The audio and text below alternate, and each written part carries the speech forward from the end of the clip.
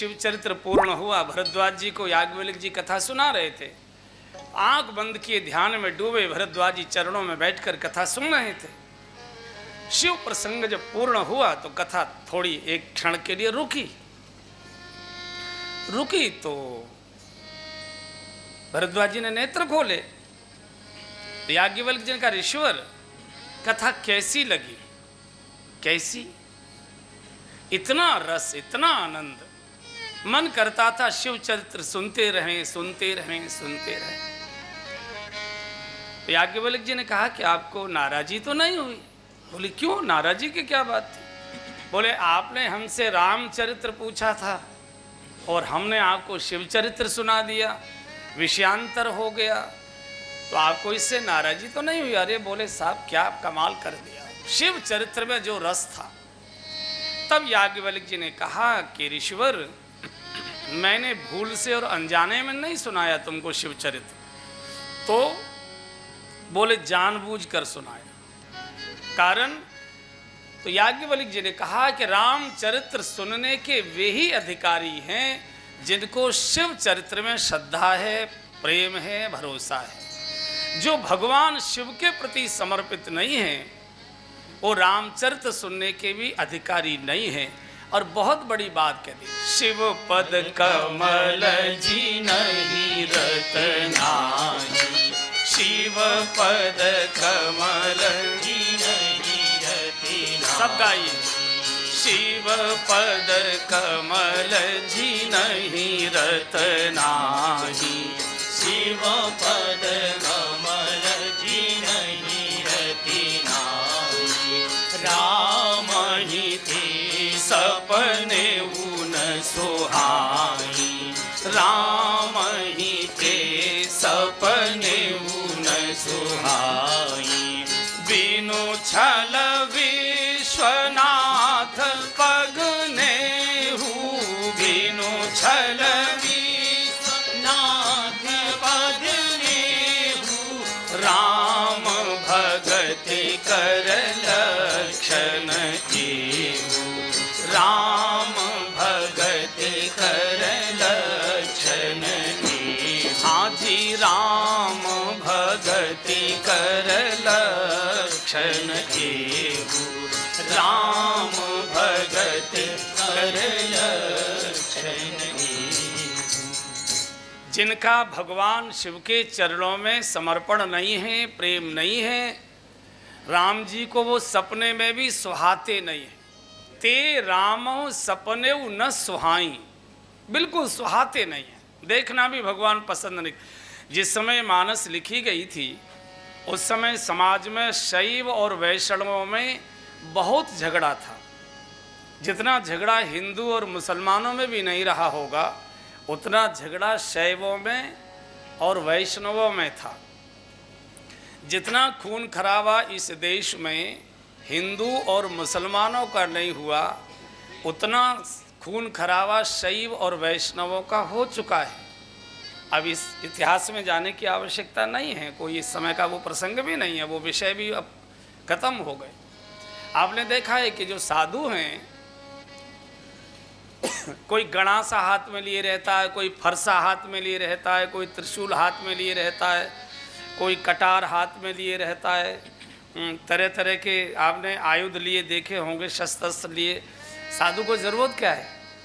जिसको माला हाथ में रखनी चाहिए उसको फरसा रखने की क्या ज़रूरत है? गणासा रखने की क्या ज़रूरत है? कुल्हाड़ी रखने की क्या ज़रूरत है?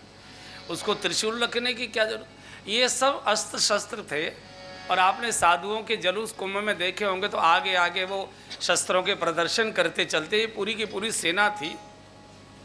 इतना द्वेष था, आप कल्पना नहीं कर सकते कि ये निश्चय था कि इतने वैष्णवों को काटकर जो शैव भोजन करेगा उसको भगवान शिव का आशीर्वाद मिलेगा, और इतने शैवों को काटकर जो वैष्णव भोजन करेगा उसको ऐसा मिलेगा। बड़ा भारी द्वेष था, बड़ा। इसलिए कुंभों में अलग अलग स्नान की सारी व्यवस्थाएं हैं, बहुत झगड़ा वहाँ सब होता ही था। खैर वो विषय मेरा इस समय का नहीं। तो गोस्वामी जी ने सामाजिक ये मानस जो ग्रंथ लिखा है ये समाज के समन्वय के लिए है। समाज की टूटी कड़ी को जोड़ने के लिए, चौड़ी खाई को पाटने के लिए, इसलिए भगवान श्री राम को सेतु कहकर स्वीकार किया है।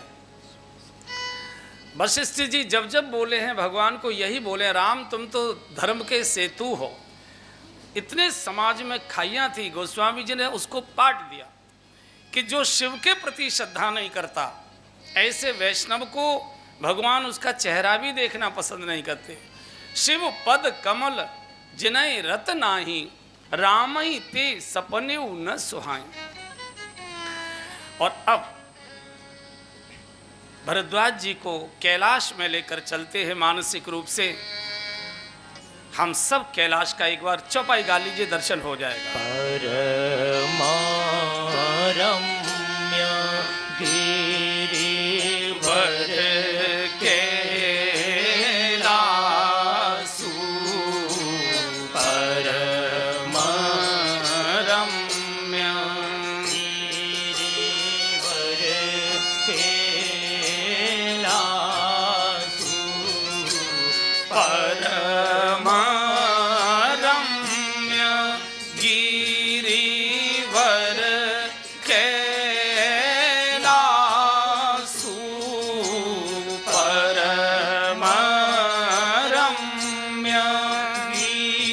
गिरिवर कैलासु, जहाँ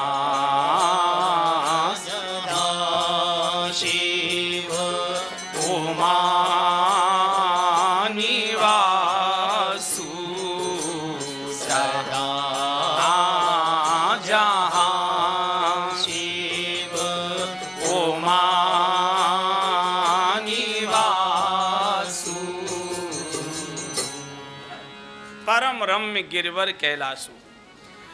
अब गोस्वामी जी हम सबको मानसिक रूप से थोड़ी देर कैलाश में बुला रहे हैं। आइए, जहाँ भगवान शिव और पार्वती जी का नित्य निवास है, सदा निवास है। ज्योतिर्लिंगों में भगवान विशेष उत्सव के समय आते हैं और चले जाते हैं, लेकिन कैलाश में शिव और पार्वती जी बिना SMS के जाइए, बिना टेलीफोन के जाइए, आपको वहीं मिलेंगे। सदा जहाँ शिव उमा निवासु, ऐसी पावन भूमि कैलाश। यहाँ बहुत लोग बैठे हैं। अरे बूढ़ी अम्मा जी भी कैलाश होकर आई हैं, बूढ़ी अम्मा जी। और वहाँ जितने जवान लोग थे सब हाय हाय करते थे। बूढ़ी अम्मा जी नाचती थी। जवानों पर आधी भी रोटी नहीं खाई जाती थी। और आप अगर टीवी में वो कैसेट देखोगे तो अम्मा जी बड़े कटोरा भर के खीर खाती दिखाई दे जाएंगे आपको। वो तो पूरा का पूरा कैसेट बना है उसका, बहुत जोरदार है। उसको देख लीजिए कैलाश का, एक बार आप उस कैसेट को देख लीजिए, दर्शन कर लीजिए, आपको बहुत अच्छा लगेगा। ये अम्मा जी भी गई थी, जो मेरे दाईं ओर बैठे हैं ना, आशीष जी की माता जी, आप भी गए थे। सदा जहाँ शिव उमा निवासु। आज बहुत शांत वातावरण कैलाश का। भगवान शिव आज बड़े प्रसन्न। देखो शादी के बाद कुछ दिन तो आदमी प्रसन्न रहता ही रहता है, बाकी आदमी तो खुश हो जाता है। तो शंकर जी बहुत प्रसन्न हैं।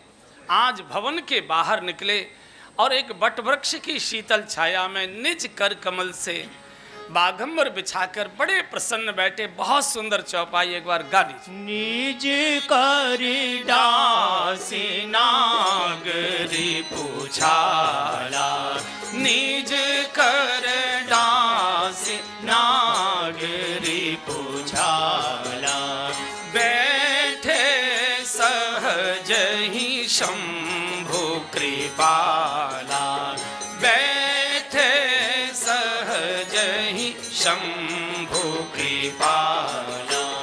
कुंद इंदुदर गौर शरीरा, कुंद इंदुदर गौर शरीरा, भुज प्रलंब परिधर मुनि चीरा, भुज प्रलंब परिधन। सब गाइए। चीरा, बैठे सोह काम रिपु के